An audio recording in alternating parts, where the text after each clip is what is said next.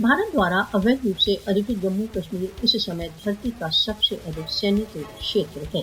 27 अक्टूबर 1947 में श्रीनगर पर भारतीय सशस्त्र बलों के पहली बार पदार्पण के पश्चात से कश्मीर निरंतर सैन्य अधिकरण में है।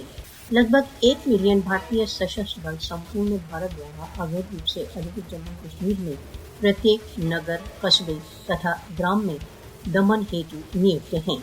प्रत्येक आयु के कश्मीरी भारतीय अधिकरण के अंतर्गत त्रस्त हैं। भारतीय सशस्त्र बलों ने कश्मीर पर भय तथा पाशविकता व्याप्त की हुई है तथा दमन की प्रत्येक चाल का प्रयोग किया जा रहा है। भीषण सैन्यीकरण के कारण भारत द्वारा अवैध रूप से अधिकृत जम्मू कश्मीर में मानवीयता का संकट निरंतर अधिकाधिक गहन होता जा रहा है। इस क्षण कश्मीरियों की उपेक्षा मानवीयता की उपेक्षा है। विश्व को भारत द्वारा अवैध रूप से अधिकृत जम्मू कश्मीर में उत्पन्न टॉर्चर, उत्पीड़न तथा सहनशीलता की असंख्य घटनाओं को उद्घाटित करना चाहिए।